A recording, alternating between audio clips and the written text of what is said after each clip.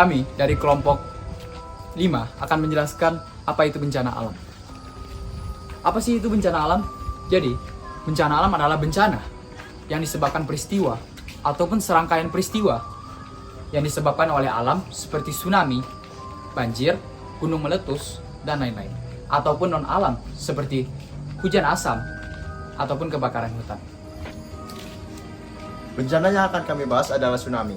Apa itu tsunami? Tsunami adalah suatu gelombang besar yang diakibatkan oleh gangguan-gangguan di dasar laut. Di antaranya adalah seperti erupsi Gunung Merapi dan gempa besar yang ada di dasar laut. Gelombang tsunami ini sering dianggap seperti gelombang pasang karena pada saat mencapai daratan, gelombang ini menyerupai air pasang dibandingkan ombak biasa. Setelah dijelaskan apa itu tsunami, di sini aku akan menyebutkan tanda-tanda akan datangnya tsunami. Yang pertama, adanya suara gemuruh di laut. Hal ini diakibatkan adanya pergeseran lapisan tanah di bawah laut. Yang kedua, yaitu adalah air laut tiba-tiba menyurut agak jauh ke tengah. Yang ketiga, akibat surutnya air laut ke tengah, maka akan tercium bau khas laut seperti bau amis. Yang keempat, burung-burung lautan akan terbang dengan kecepatan tinggi ke arah daratan. Langkah-langkah yang dilakukan sebelum tsunami terjadi. Yang pertama, mengenali tanda-tanda terjadinya tsunami. Biasanya tanda-tanda itu adalah gempa besar yang berpotensi sebagai tsunami.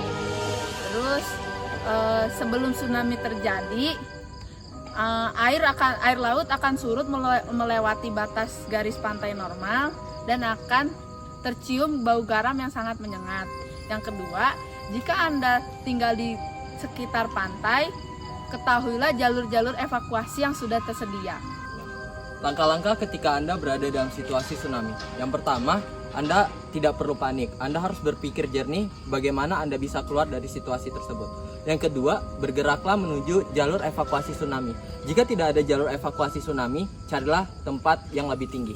Yang ketiga, jika Anda yakin bahwa yang Anda lihat adalah tanda-tanda tsunami, peringatkan kepada orang lain agar mereka bisa mengevakuasi diri mereka sendiri.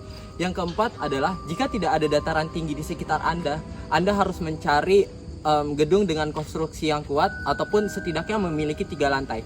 Yang terakhir apa? Yang terakhir, jika Anda hanyut, Anda harus mencari benda-benda yang mudah terapung agar Anda bisa terselamatkan. Langkah-langkah yang harus dilakukan setelah tsunami. Yang pertama itu, jangan larut dalam kesedihan dan kepanikan. Tetap tenang dan kuatkan hati Anda untuk menghadapi kenyataan. Dan yang kedua itu, hindari instalasi kabel listrik agar terhindar dari sengatan listrik. Nah, bagaimana cara kita mengurangi jumlah korban yang terjadi akibat tsunami? Yang pertama itu adalah kita harus memberikan atau membuat pemetaan mengenai daerah-daerah mana saja yang rawan akan tsunami, atau yang bisa dibilang daerah-daerah mana saja yang disebut dataran rendah. Yang kedua itu kita harus memberikan edukasi yang cukup kepada masyarakat agar masyarakat dapat mengetahui tempat mana saja yang aman dan juga apa saja yang harus dilakukan ketika terjadi tsunami. Yang ketiga itu kita harus berkoordinasi kepada BMKG agar BMKG dapat memberikan informasi yang cepat dan juga yang akurat agar masyarakat dapat bereaksi tepat waktu.